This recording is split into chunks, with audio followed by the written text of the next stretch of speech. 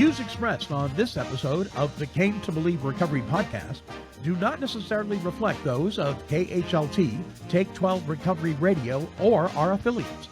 The opinions on this episode should not be taken as medical, psychological, or professional advice and are those of the host, co-host, and guests. KHLT and Take 12 Recovery Radio are not affiliated with any particular 12-step fellowship.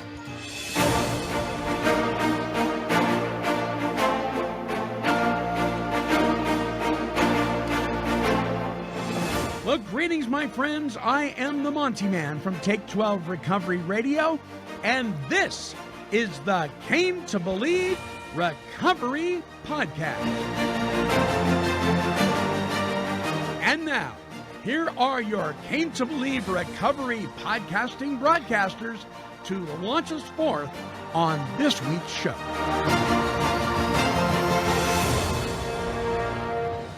Hello, everyone. Welcome to the Came to Believe Recovery Podcast. My name is Alicia, and I am here with Monty.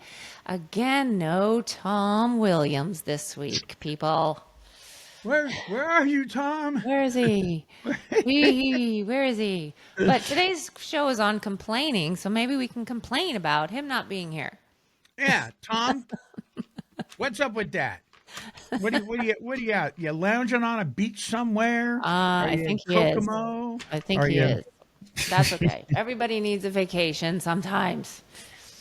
And he's been traveling a lot. So some was vacation and some was travel for work. Yeah. He has been doing that. Hey, listen, just something. I'm not able to attend this thing because it's quite a distance. But I don't know if you've been to it or you're going or whatever. Came to Believe Recovery. It joins the St. Patrick's Day parade thing or something. That's right. I have not gone, and it's on the 17th. And New York. They walk in the streets. It's a sober St. Patrick's parade, isn't it? Yeah, Maybe? the sober St. Patrick's Day parade. Yeah, which it sounds like such a contradiction because St. Patrick's Day is normally associated a lot with a lot of consumption of alcohol, right? That's why they do it on that day. I think that is so cool. I just think that is so Tom cool. will be there. Dale Roger's Barker, going. Roger. I'm not sure anyone else from our team, but yep, that's on the 17th. So complaining is the topic this week. Hey! Oh. It's time for the Came to Believe Recovery Icebreaker. Oh, that's right. Okay, today, listeners, and I know Alicia will be excited about this because this is surrounded around a form of junk food. It is National Cheese Doodle Day. Cheese is carnivore, but I don't know what a doodle is. Yeah, but not this. What's a doodle? So I was like, what is a cheese doodle? So I looked has it up. bread or grain. It's made with cornmeal and corn syrup and all sorts of weird stuff. Basically, it's like the cheese puffs or the cheese crunchy things or whatever. Anything that leaves that fake orange stuff on your hands, that's a cheese doodle. Okay. And they made a national day out of it. God help us why we do that, but that's what it is. So here's some useless and mindless information for you. Due to a genetic defect, cats cannot taste sweet things. And how do they know this? That's what I want to know. Who does the investigation? They must put sweet and different things on the tongue and see the brain waves. Right. How would they know? Who's paying for that? Here of late, we've been talking about on the news, financial waste within government, right? We've been hearing a lot about that with Doge and all that stuff. So I want to know how much money is being spent hooking up kitty cats to little brain scanners. And who cares if they can taste sweet or not, right? I wonder if there's some sort of scientific benefit to that. I can't imagine, but oh well, meow. Here's number 2. 4 out of 5 children are able to recognize this logo by age 3. This is going to really upset you, Alicia. McDonald's. That's right. The Golden Arches. I wonder what they do. Do they go, Mickey Mommy, D. I want some? Yeah. Gosh. The largest scrambled eggs ever made weighed 6,860.8 pounds. That's carnivore. That Now, sounds that's yummy. a lot of eggs, Yum. right? It's at the next retreat. We're going to make 6,000 pounds of eggs for you guys. That was like in the world record or something. Yeah. Now, here's one. I don't know if I believe this or not. I certainly I didn't have time to investigate it much, but peanut butter can be turned into diamonds. What? So of course, what I'm thinking, of course, is coal, right? You take a piece of coal, supposedly, and you put it under enough pressure, you're going to come out with a diamond, supposedly. So I'm thinking, what do you do when you put peanut butter under enough pressure? You get Right? diamonds? Well, isn't it going to go all over the place? If you, I would think so. Right. I've never heard that before. I don't know how that would work. I don't either. But yeah, crazy, useless facts about food. Stock up on your peanut butter, folks. You know, we don't know what the future is going to be like. It may be currency. And don't eat your cheese doodles. And don't eat those cheese doodles. Oh my goodness. I just can't think of that just Complain about that for a while too today. So I just on a complaint about a food thing. Marcia bought these pre-cooked chicken. They're not chicken nuggets. They're like Chicken tenders. Yeah, like chicken tenders, but they're breaded. You know what I mean? And even when I ate a lot of breads, I didn't like this particular kind of breading. It's the kind that makes little hard nodules on the breading. It's really weird, you know. Mm-hmm. But anyway, she put some in the what do you call it? The dry fryer thingy. Air fryer. Air fryer, right? I love my air fryer. Oh, we love our air fryer. It's amazing. And the bad oils that must have been used in the breading of that stuff, I mean, it smelled so horrid. It was like, I can't believe I ate that kind of garbage. I mean, who ate it? It was in your house. Yeah, well, I took a bite and spit it out. It was. I said, Marcia, I can't eat this. This is horrible. And so she threw them away too. I made carnivore. Now that you say that, carnivore chicken nuggets for my husband last night. So chicken breast cut in pieces. Yeah. Dip it in egg, carnivore. Put it in spicy pork rinds, ground it up. That's the breading. Fry it in butter. Carnivore, yum. Pork grind it up. I have spicy and regular on Amazon.com, and they're fabulous, and it's carnivore.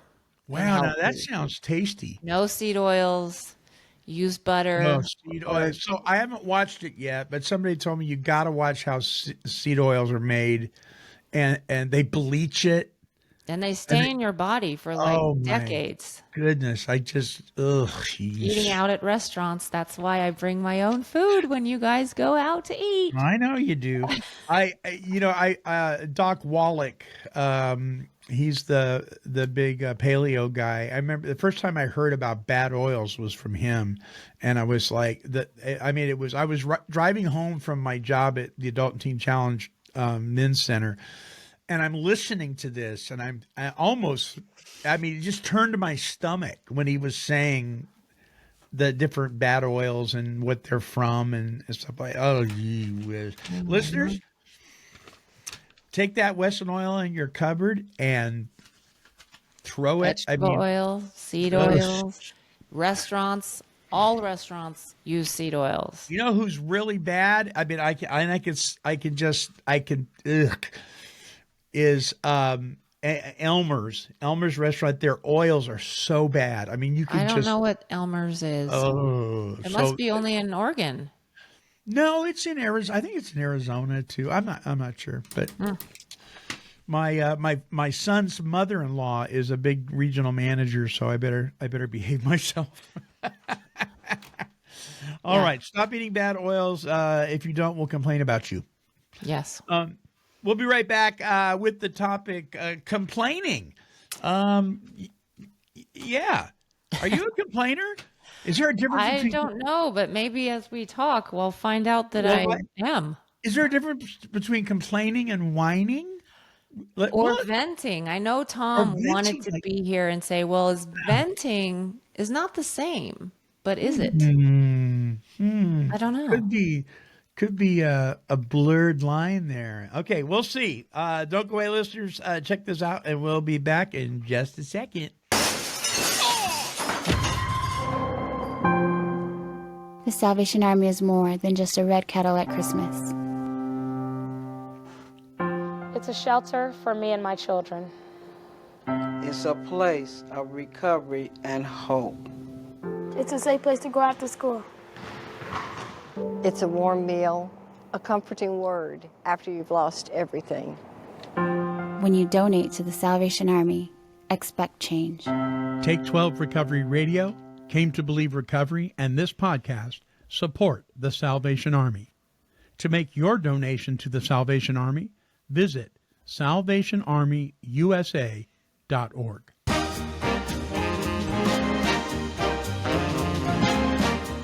Alrighty. Hi, this is Daryl Musio with the Came to Believe Recovery team, and you're listening to Recovery Talk and positive music of Take 12 Recovery Radio. I almost cut Daryl off. Sorry, Daryl. All right, welcome back.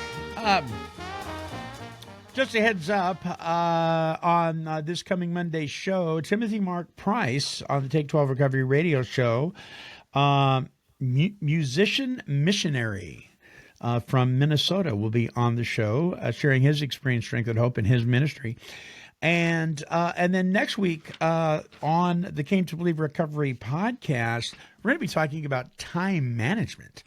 Ooh. I'm pretty good at that, so I can help somebody with it. Look at you, so humble.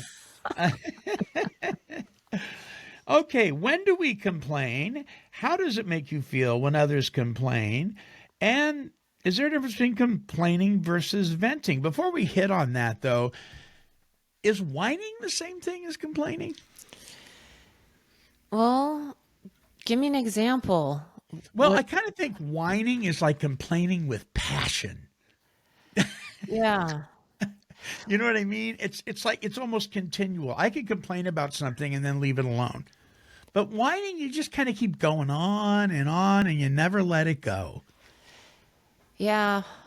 And two, I think, is whining, complaining, and is it bad? Is it okay? I think that's the question, right? Like, when is it not okay? Because, I mean, I feel everybody complains, but when does it cross the line of just being annoying? Or in our world, like, well, are you doing step 10? Because it sure doesn't sound like it. Yeah. Or, like Tom likes to say, venting is not the same thing. I think so. Yeah. So let's talk about complaining versus venting. So I think venting or filleting yourself open with some of your pains and frustrations to somebody that you trust is not only appropriate, but I think we need to be more willing to do that, many of us, to open up like that with someone, right? You know, we certainly know that in steps 4 and 5, you know, in step 4, we're getting ready to do that. In step 5, we're doing the confession thing. And in fact, in step 5 in the Big Book of Alcoholics Anonymous, after you've done it, it says, you know, to go away for about an hour and think about, did you miss anything? I mean, so it really begs you to be thorough and then come back and maybe do some more of it. So but I think it's not complaining, is it? No, I think that's venting. But because I don't think you can do, I'll just speak for myself. I don't think I did a fifth step, letting my sponsor know these things that were on my list and that kind of stuff, without some venting involved, because it's very difficult, especially if you use the column method. I like the column method, but you definitely have to guide somebody through that, because it can be a little confusing if you just read in the big book without some guidance. But in column 1, you list the person, and this is like in the resentment inventory, right? You list the person's name. In column 2, you write down what happened. Mm-hmm. But that's the last time you're allowed to look at them. That's it. Okay, so-and-so, they said something to my wife that was inappropriate. Okay, that's it. Now I'm looking at my part, right? So, but at some point you do have to mention them. And so I think it's going to be very difficult not to vent some of that frustration from that resentment. And I don't know that that's complaining. I think that's venting. I think you're letting that out. Yeah. But if it really hurt me, it really hurt. It was painful. I'm in a process of healing from this, but you have to know, Mr. or Mrs. Sponsor, that I have to tell you this is what happened. Is that complaining? I don't think it's complaining. Do you have a definition of complaining? If not, I'm going to Google it real quick. Go ahead and Google it. Okay. Because I'm wondering, what does it really mean? Let's see. Complaining. The expression of dissatisfaction or annoyance about something. Okay. So is it okay for me to be annoyed? I think at it is. Something? I think Isn't it is. it natural? Isn't it a warning sign that our brain tells us, you don't need to accept this. This needs to annoy. Okay, so let me give you an example. There is a part in the big book that people use out of context a lot, and that's that whenever we see something that disturbs us, it means there's something wrong in us. I don't think that's always the case. I think sometimes it means there's something right in us. Right? Well, if we see somebody abusing a child, that's disturbing. Right. That's disturbing us. That's because there's something right in us. We have a sense of justice. Mm-hmm. So if I share with Marcia that I saw something happen that was disturbing like that, because I need to vent. Yeah. Right? Is that complaining? I don't think that's complaining. I think that's an important part of the healing process. When I cannot watch those SPCA commercials on TV of animals being abused, and it's hard for me to watch the starving children in, the Dominican Republic commercials either, Compassion Ministries. It's hard for me to see that stuff. It disturbs me. And I think it disturbs me because God wants it to disturb me. Exactly. Because he wants me to make a movement somehow, either financially help support, prayer support, make people aware support, something, right, to stir us into action. Listen to this. This says, what is complaining versus venting? Hey, look at that. They were thinking what we were thinking. When you vent, you want to be understood, but you're also open to the viewpoint of others about what happened, even if it differs from your initial assessment.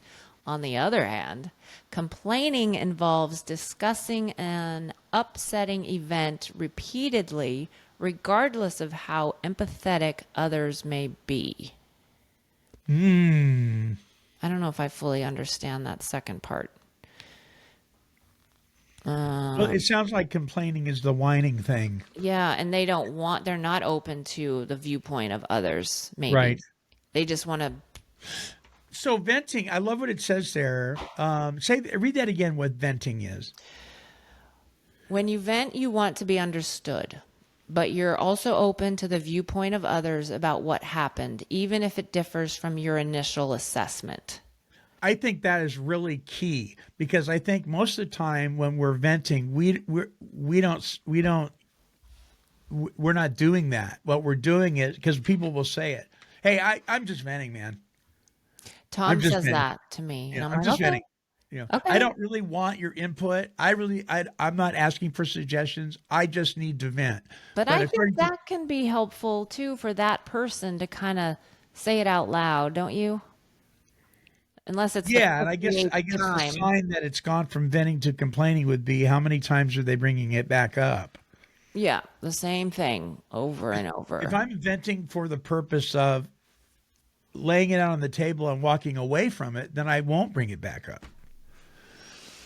But if I'm venting, I'm just venting, dude, and I'm not willing to listen to maybe a suggestion or even receive a hug, I'm not in, I don't want to be touched right now. I'm too upset. I'm just venting. You know what? Then I wonder if we've crossed the line into complaining. Well, then they're probably in our world, is they're holding on a resentment, possibly, or self-pity, or negative thinking. I mean, they're all in there. Could be. Yes.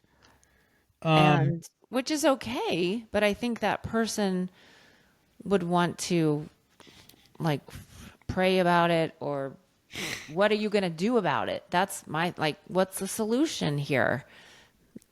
Do you even want a solution? Yeah. And maybe that's too soon. I get it.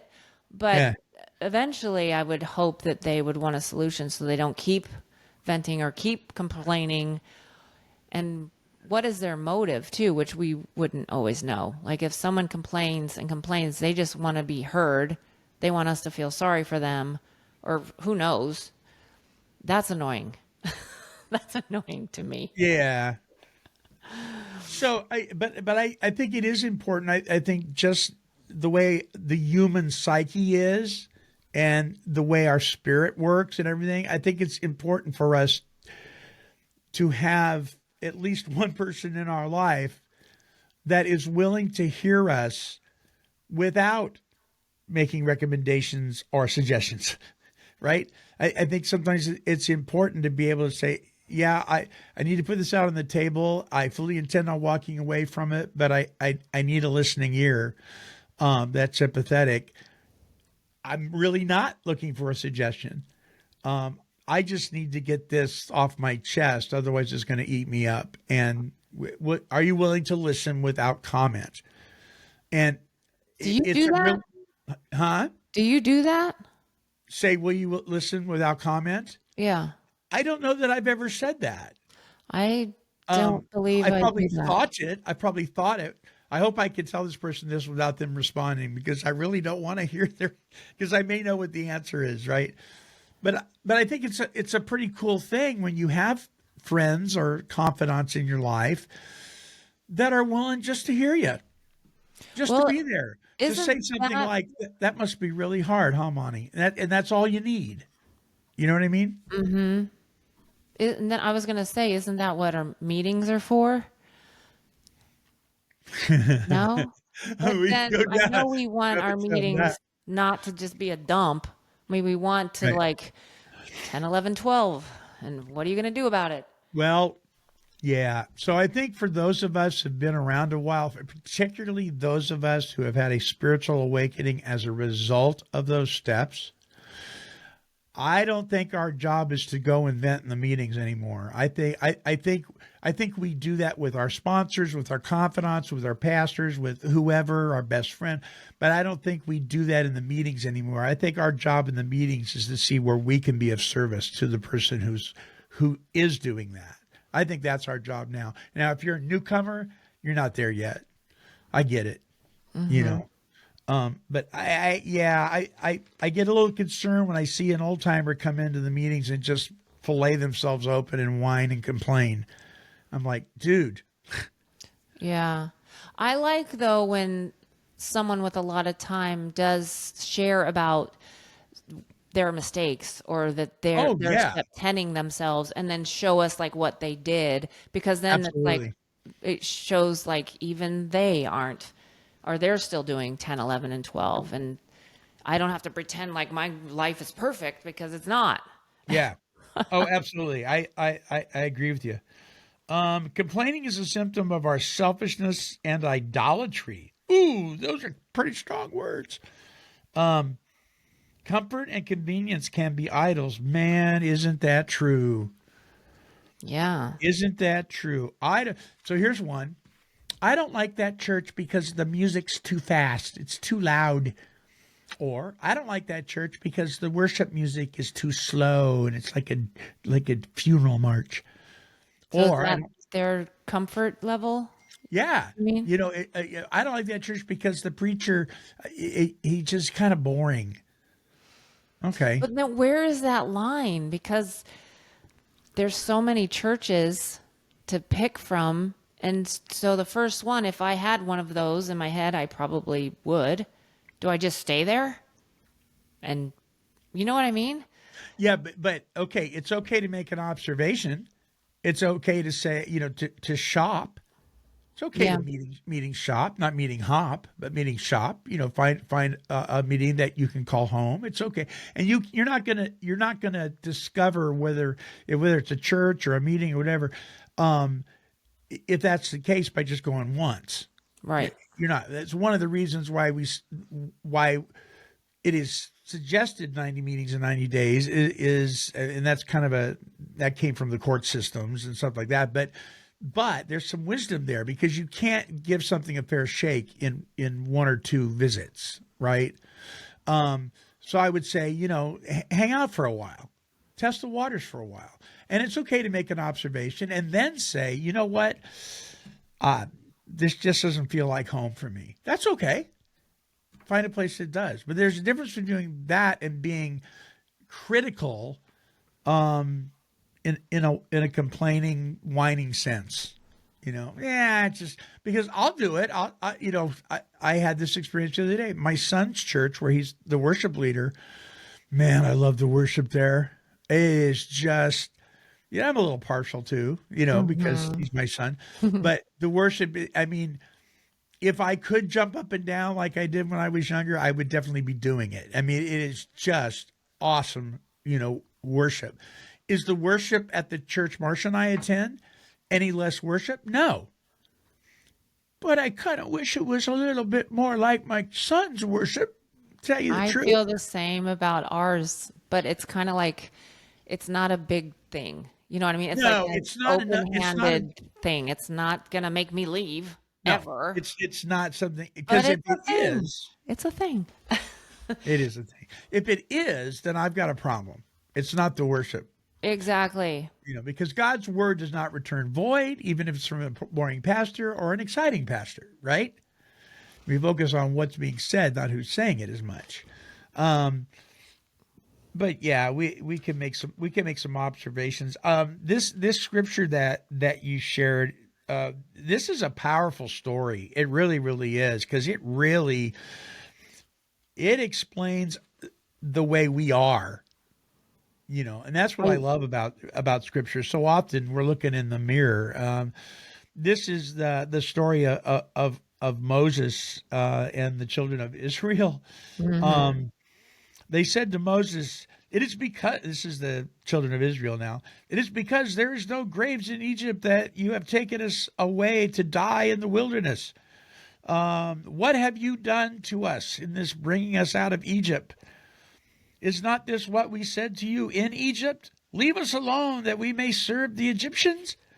For it would have been better for us to serve the Egyptians than to die in the wilderness. And that's in Exodus. And then they go on to grumble about the manna that God's providing. Okay, was it probably boring? Sure. Was it nutritious and everything they needed? Absolutely. Mm-hmm. Right?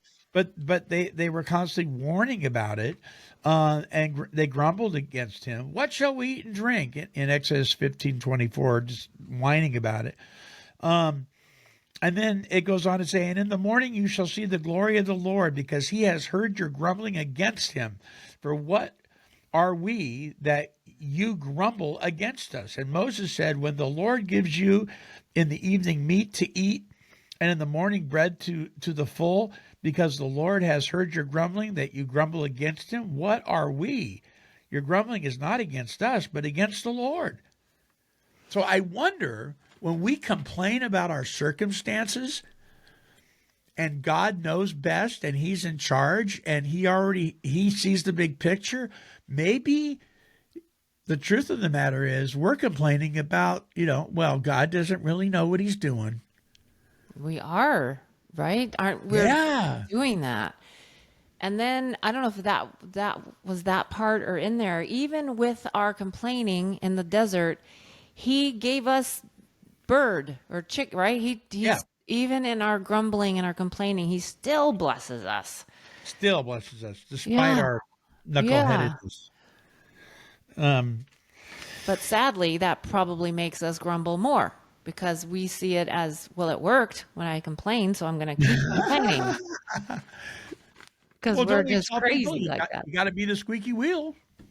Well, that's true. The squeaky wheel does get attention. Yes. Yeah. So I wonder with, within the body of Christ, particularly, there's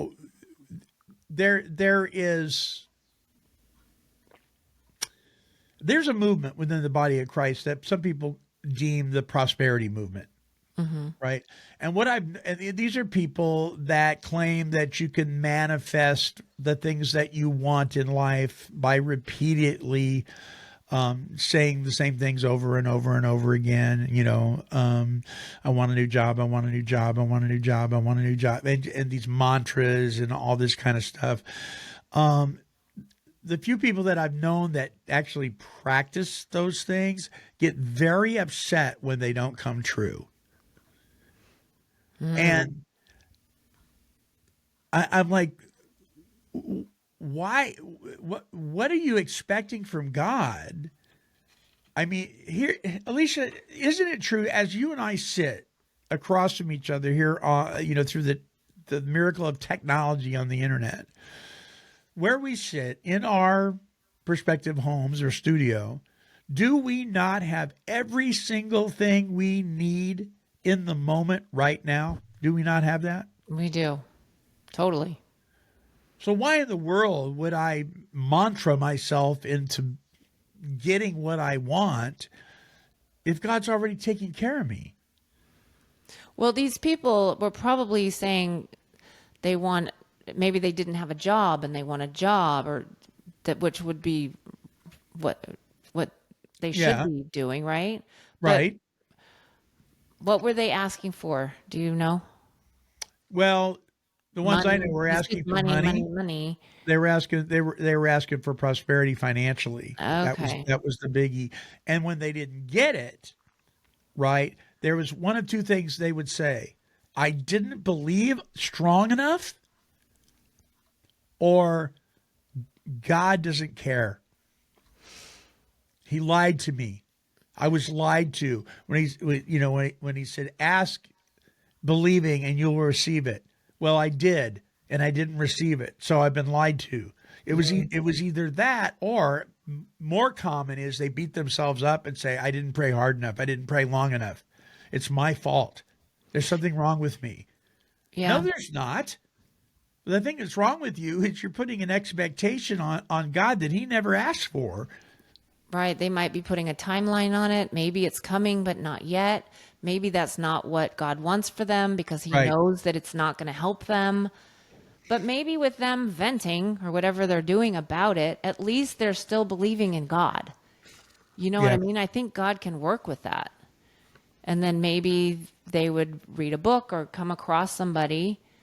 Were you able to talk into them and say something to direct them to what the Bible actually says? Yeah, well, my answer to that kind of thing is, let's look at that in context, you guys. Show me the scripture verse and let's look at it in context. Yeah. And that usually most of the time that usually clears up the issue, because people realize, oh, wow, maybe I was taught wrong. I didn't really see that.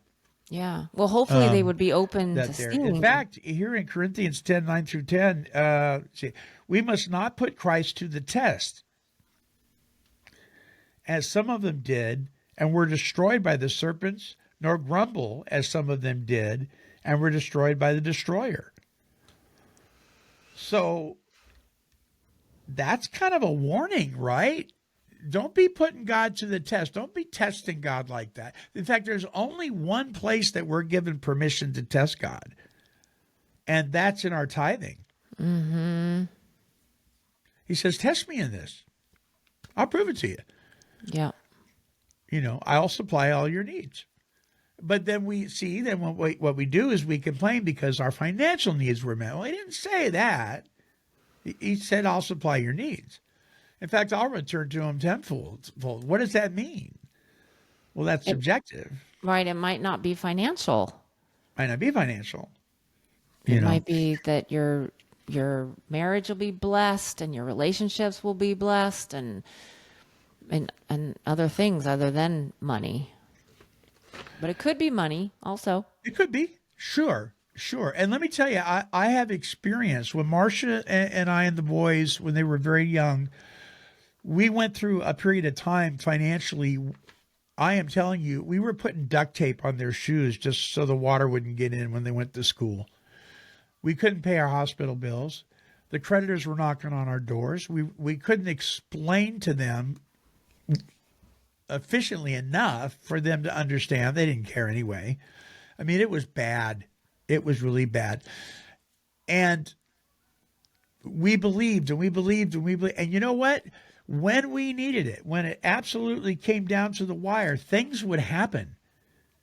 Somebody, it was around Christmas time, and we got a knock on the door, and Colin was really little, and he opens the door, and nobody's there, and there's this huge box of that god-awful Western family generic mac and cheese, right? I mean, it's just, it's horrible stuff. But it was substance. Mm-hmm. We didn't have any food.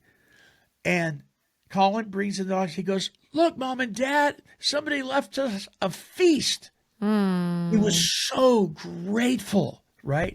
And it was around Christmas time. It was like, I would rather have that example in my life of my son being that grateful about that than have all the money in the world to buy Christmas presents. I would be sitting in church and I would feel somebody put their hand in my coat pocket, and I'd turn around and I'm like, who did that? And there'd be $100 in there. And I mean, and it came when we needed it. But we weren't spending hours at a time doing mantras and all that stuff. We trusted God. We believed the Lord would provide for us, even though it was difficult and we struggled, and he did. We're still sucking air. Look at it. Look at us. We're still here. It's amazing. And I'm sure you weren't just sitting and thinking God was going to do it all for you. You were taking action in the belief that he's going to follow through or come to your rescue, right? You don't just sit there and do nothing and complain. Right. Exactly. You're doing your part. He expects you to do that. What did the children of Israel need to do when they were being led out of Egypt? They needed to put one foot in front of the other and go. Mm-hmm. Can you imagine if they were slaving away under Pharaoh and just allowed themselves to be whipped and beaten and say, well, God will deliver us. God will deliver us. God will deliver us. And no, they didn't do that. Moses took up the staff and they followed him. Right. To a degree. It's interesting, isn't it, that they followed him through the Red Sea, right, to the other side, and then they kept complaining. And then they say, well, I want to go back to Egypt where it was whatever, forgetting that they were slaves and it was horrible. I've never said I want to go back. Have you? I want to go back to when I lived on the streets and I was slamming dope and, I want to go back there. No, but I think it's the same thing of like breaking up with a wrong man and then thinking, oh, I should go back. It's better than being alone. And it's not. It wasn't. I think that's the same. Like we glorify stuff I in the see. past. Yeah, I think you're that right. If further reflection was done, I would say that was a bad idea. But addiction wise, no, I don't want to go back to that. Yeah. So you asked the question, how does it make you feel when others complain? I complain when others complain. And then I'm the complainer too. You complain to that person? No, I usually complain to Marcia. I can't believe that person's whining at me. Isn't that funny? Because then we're complaining. We're doing the exact same thing as they were doing. So there was a television show that was very popular amongst a certain group of people that my wife and I would watch on occasion. We were not on the same page as the people in the show. It was a talk show, right? We were not on the same page as most of the people that watched the show, but we watched the show. Heaven knows why, but we did. And what we would do, particularly me, is I would yell at the TV, or I would make remarks like, "Can you believe her? What is she? What is she, a moron? Is she? What are these people thinking? They've lost their ever-loving minds, right?" And I would complain about their complaints, which were not only my opinion, were they not valid? They were not valid. But I would go around the house. I cannot believe that. And then I'd watch them the next day. They sucked you right in. They sucked me right in. I think I know what show you're talking about. Oh yeah, most people probably do. and But it works. That's why they do it. yes, I think. yes. And now we're finding out that a lot of that stuff was scripted And made up. and that particular show is in some deep trouble right now. But I allowed their complaining and their whining to affect me to the point where I became just like them, but just in a different way. But I was still doing it, right? So if you don't like it, and they're right, and they would say things like, "Well, if you don't like our show, turn the channel." Well, they're right. Yeah. Just turn it off. Isn't that amazing how much power we have to stop some things and then we don't do it? Just turn it off. Yep. Why subject yourself to that nonsense? But we do it. We do it. But so let's talk about that when other people complain. How do we? So I got a guy right now that has come to me several times, and he wants to know how to deal with a situation, and I've given him suggestions, and he keeps. There's no solution. He's tries your advice. Well, he tries to, or he says he does, and now first he was complaining about the other people, and then I tried to talk to him on how maybe, how to lower expectations or, maybe not have any and that kind of thing and some tools he could use. And he did. But now he's beating himself up. Now he's complaining about himself. I'm getting in my own way all the time. How do I get out of my own way? But it's nonstop.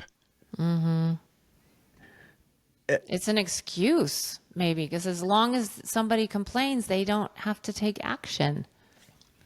And he probably doesn't even realize he's doing that. Do we like sitting in our own waste? Sometimes it's warm and comfortable because we know it.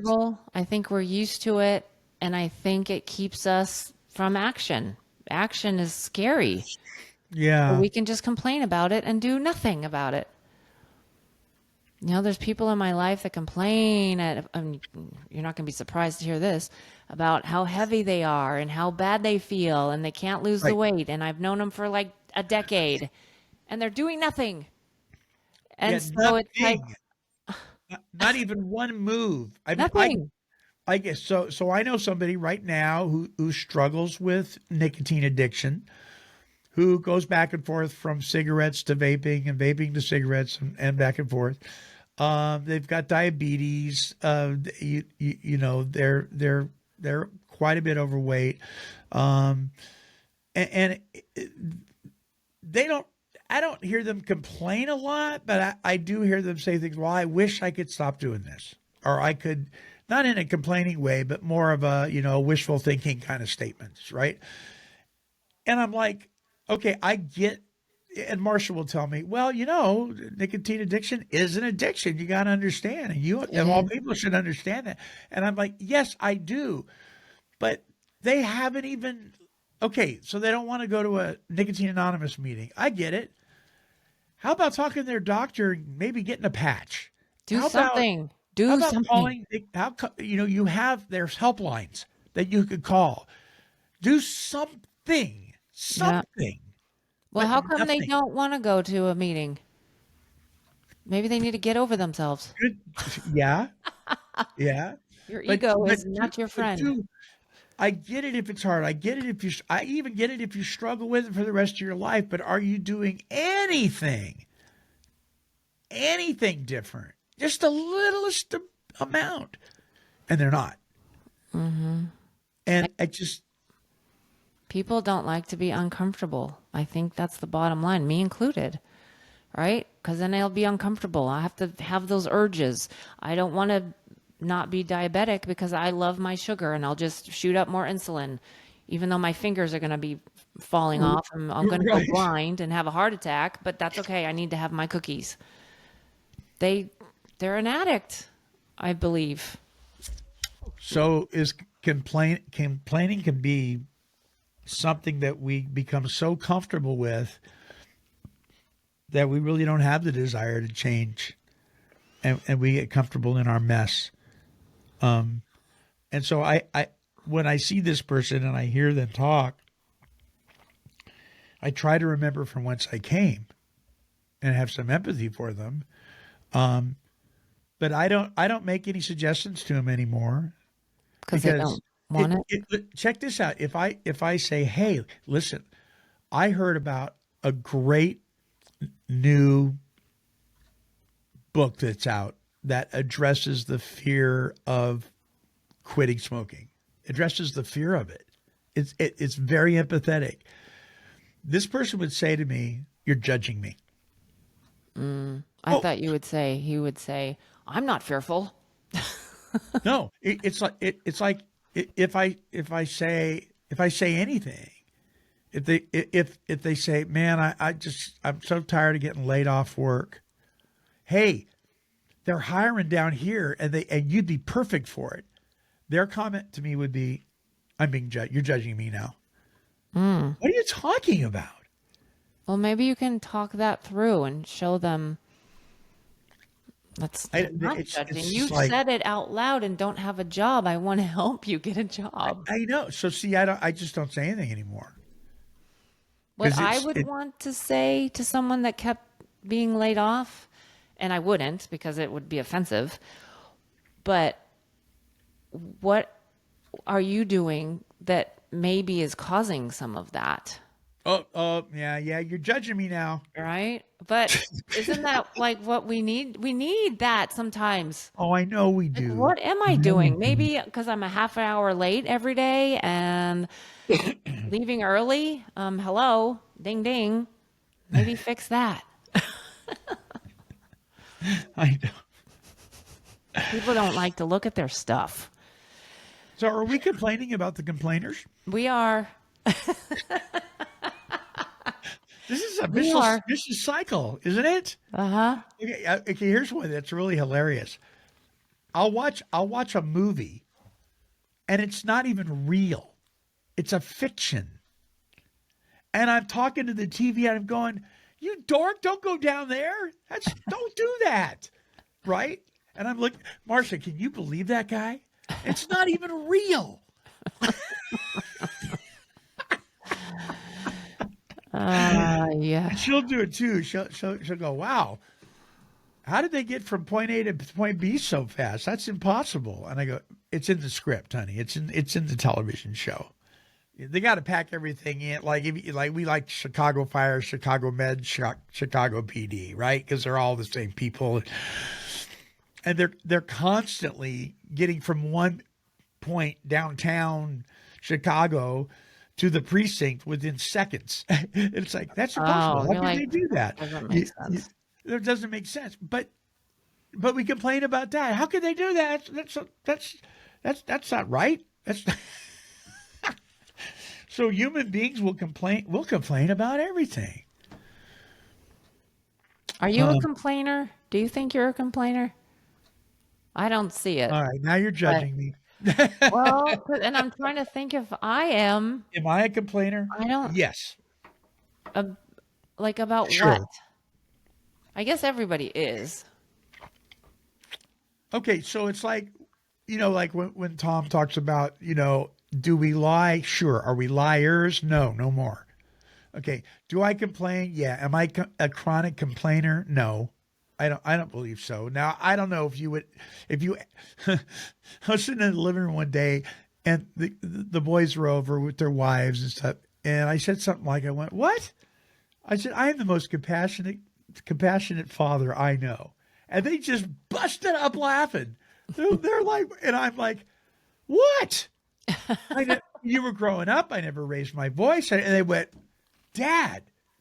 Okay, he's lost his mind. He doesn't remember. And I'm like, I am the most easygoing parent that you will ever want to meet. And they are like, No, they're not having it.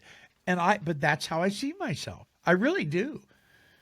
I think, my oldest son came to me years ago, and he sat down on the edge of the bed, and I looked at him and I said, Cameron, so are you about to tell me about your smoking? And he goes, how did you know? And I go, Cameron, I'm you. And I gave him a hug, and that's all we needed to do. Now I look at that and I go, he knows that I object. He knew I am not going to permit him to smoke in our home. He knows that. I don't need to bash him with it. He knows that. And that was the end of the discussion, and we never had a problem. Has he struggled since then? Sure. But the dynamic of him being a minor and him being in our home, he knew. He already knew what but he came and he was going to talk to me about it. And I knew it. I just knew it. I knew. And I'm like, to me, that's some good parenting. I'm like, wow, that one worked out really well. Now, if I said that to him, he'd go, yeah, Dad, you were pretty upset about that. So it's interesting how we see ourselves. This is how other people see us. So I don't see myself as a complainer. My wife might laugh, but I do usually have something. If we go out to eat, I usually have something to say every time. You're a complainer. I complain about other people, but I don't think that's complaining. I think that's judgmentalism. Well, if we're passing judgment on people, we're probably including complaining in there. Complaining about it. Yeah. Yeah. So we went out to dinner the other day, and where I was sitting, the indirect lighting in the restaurant was right down on my food. Mm-hmm. And I said, I don't like it when the light's right on my food. But that doesn't have to be a complaint. Goes, yeah, but if it wasn't that, it'd be like, I hate it when they give you paper napkins. Or you know what I hate? Like when they wrap the silverware in the paper napkin and then they put that little Post-it pad strip around it or whatever it is. You can't get it off. You can't get it off. Oh my gosh! What? I mean, come on! Who thought of that? And those poor wait staff, they got to sit there and wrap those all up. Just leave it alone. Just put the silverware on the table. It'd be like that. Probably a reason that we don't know about. Probably, or I'll look at the silverware, make sure it's clean. That one's got to go back. It's a water spot. Oh boy, you're a complainer. Maybe I'm a complainer. When paper straws hit the restaurants. Oh, Oh don't get yeah. me started. Don't get me started. But see, that's what my weekly whine's about on the Monday show. I get to whine about stuff I'm powerless over. That helps. And it's definitely whining. It's definitely whining.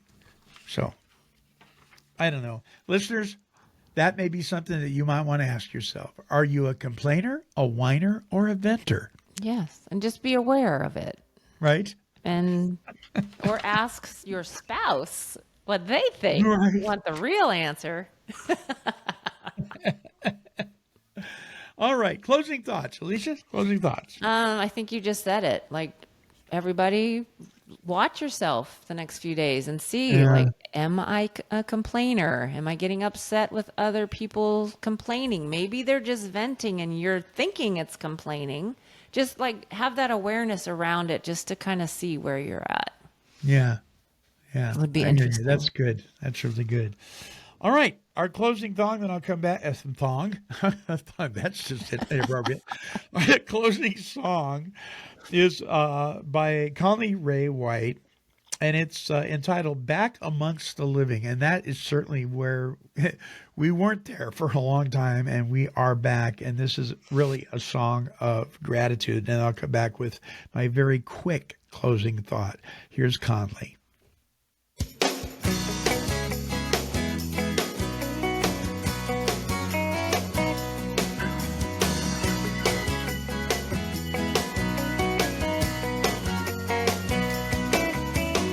Every now and then I think of how it used to be.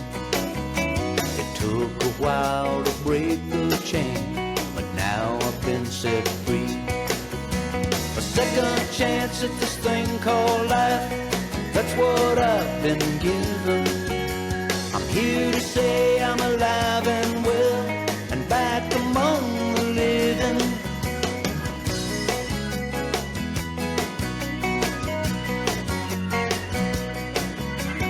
I was lost, but step by step, I finally found a way. Things are good and getting better, living for today. A second chance at this thing called life, that's what I've been given. I'm here to say I'm alive and well, and back among the living. I'm living, loving, loving life, filled with gratitude for all the ones who helped me find the truth.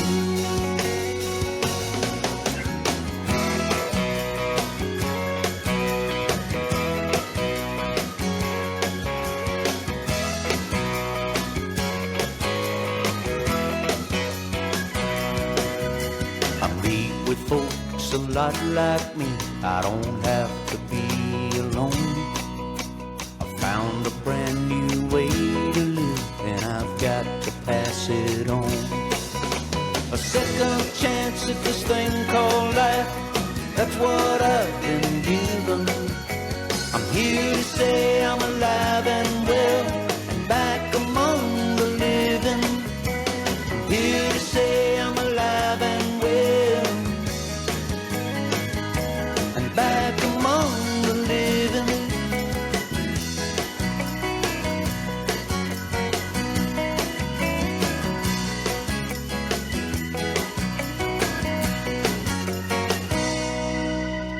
Conley White, Back Among the Living. All right. So my closing thought is simply this. It's a quote from Zig Ziglar. It's our attitude, not our aptitude, that'll determine our altitude. That's something to think about. Until next time, it's the Monty Man and Alicia and Tom. He's with us in spirit. And we're wishing God's perfect serenity for you. See you next time. Bye-bye. Came to Believe Recovery strives to create and promote opportunities for life-changing spiritual experiences for individuals and families suffering from all forms of addiction. For more information, help and support, visit cametobelieverecovery.org. I'd like to thank you for allowing me to be your host on this episode of the Came to Believe Recovery podcast. And I would encourage you to like, bookmark, and subscribe to this show. When you do, you will join the Take 12 Recovery Radio family and will be notified of all of our recovery-focused shows throughout the week. Until our next broadcast, when we provide the essential spiritual tools needed to thrive by sharing our experience, our strength, and our hope through our stories of how we came to believe. This has been a production of Take 12 Recovery Radio. Yeah, kitty, kitty, kitty. Meow. Woof, woof. This has been a Chicken and a Pig production.